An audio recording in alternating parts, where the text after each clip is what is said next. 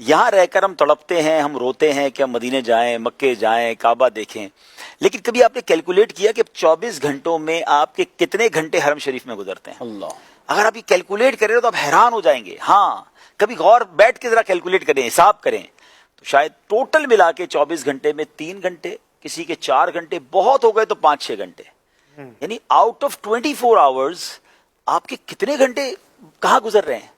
اب اس میں ہوٹل میں گزر رہے ہیں, ہوٹل کی لابی میں گزر رہے ہیں, ریسٹورنٹ میں گزر رہے ہیں, شاپنگ میں گزر رہے ہیں. اچھا, پھر واپس پھر آ کے رونا ہے, پھر یاد آنی ہے. تو بھائی جتنا وقت گزارنا تھا وہ آقا علیہ الصلوۃ والسلام کے قدموں میں گزارتے.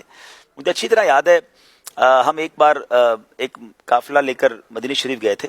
تو ایک اسلام میں ماشاءاللہ بڑے دیوانے تھے, بڑے روتے تھے مدینہ شریف کے لیے.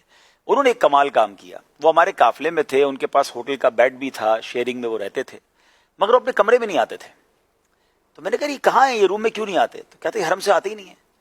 میں نے کہا آپ کدھر رہتے ہو بھائی؟ تو کہتے ہیں میں نے ہوٹل میں کیوں رہنا ہے, کمرے میں تو میں ساری زندگی سوتا ہوں, میں نے مسجد نبی شریف میں ہی رہنا ہے.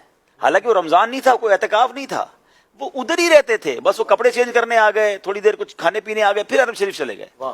تو واقعی وصول کیا انہوں نے. اگر ادب کے ساتھ کوئی وہاں پڑا رہے, پڑے ہی رہنے سے کام ہو. اچھا, اب یہاں ایک اور بڑا پرابلم پتہ ہے کیا اشفاق بھائی؟ میں نے بہت غور کیا, زیادہ دیر مسجدین نے کریمین میں ہم کیوں نہیں بیٹھ پاتے, یا ہمارے لوگ کیوں نہیں بیٹھ پاتے؟ اس کی ایک بڑی وجہ ہے. اس کی وجہ یہ ہے کہ انفارچونیٹلی ہمیں انفرادی عبادت کی عادت ختم ہو گئی ہے. اللہ, ہمیں اجتماعی عبادت کی عادت ہے.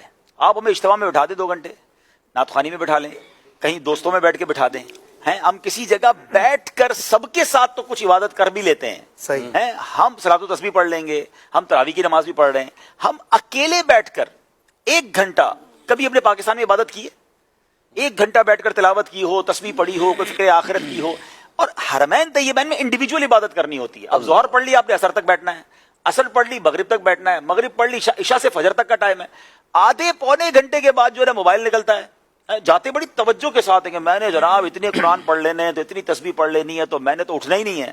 15-20 منٹ کسی کا ٹیمپرامنٹ چلتا ہے, کسی کی آدھا گھنٹہ بیٹری چلتی ہے, کسی 1 گھنٹہ چل جاتی ہے. عادت نہیں ہے, عادت نہیں ہے. اب اس کے بعد وہ موبائل نکلے گا. اچھا, اس کے بعد دوست تلاش کریں گے, یار کوئی ہے کوئی جس کے ساتھ جا کے بیٹھوں باتیں کروں. حرم شریف کے اندر بھی فضول باتیں ہو رہی ہوں گی, سیاست پر باتیں ہو رہی ہوں گی, حالات حاضرہ پر بڑی بڑی آواز میں کہہ لگائے جا رہے ہوں گے. اچھا, ایک تو پرابلم یہ ہے کہ کچھ لوگ یہ سمجھتے ہیں کہ اوورسیز کال کرنے کے لیے آواز بھی اوورسیز والی چاہیے. اچھا, تو وہ حرم شریف سے جب پاکستان بات کرتے ہیں نا, تو میرا خیال ہے 500-600 نوازی سن رہے ہو, ہلو ہلو, ایسا لگ رہا ہے پاکستان آواز پہنچا رہے ہیں. اچھا, ارے فون کے بغیر پہنچا رہے ہیں. وہ ایسا سمجھ بغیر فون کی آواز اسلام آباد یا گجرانوالہ پہنچ رہی ہے, تو وہ اتنا چیخ رہے ہوں. اچھا, پھر وہ جو باتیں ہو رہی ہے سب سن رہے ہیں, او بچے دا کی حال ہے, تو فلاں کیا کر رہا ہے, تو وہ سو گیا کہ نہیں سویا؟ ارے بھائی وہ سو گیا, ادھر والے اٹھ گئے, ٹھیک ہے نا. تو اتنی بڑی آواز میں یہ سوتا ہوا جاگ گیا, وہ برابر والا سویا والا جاگ گیا, وہ بچے کا سلانے کی بات کر رہے ہیں. تو یہ اتنا بڑا مسئلہ ہے. اچھا, پھر اس فون کا جو اشفاق بھائی غلط استعمال ہو رہا ہے, کاش یا تو فون چھوڑ کے چلے جائیں, یا ایٹ لیسٹ ہوٹل میں رکھ کے آ جائیں, یا کم از کم حرم شریف کے اندر وہ چھوٹا والا ایک فون لے جائیں جس میں ویڈیو اور یہ سوشل میڈیا نہ ہو.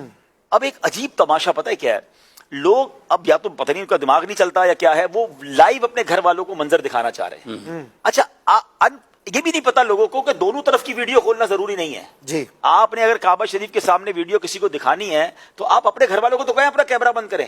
تو وہ کعبہ شریف تو گھر والے دیکھ رہے ہیں, آپ کے گھر والوں کو سارے لوگ دیکھ رہے ہیں. تو وہ ان کو احساس ہی نہیں ہو رہا کہ خواتین ہیں بعض اوقات کس حال میں بیٹھے ہیں, کس حال لیٹا ہوا ہے کوئی اپنے بستر پر, اس کو عجیب سا بعض اوقات منظر ہوتا ہے, آپ دوسرا کا فوکس بھی تبدیل کر رہے ہیں. یہ ادب کی جگہ ہے, موبائل جیب میں رکھیں, عبادت کریں.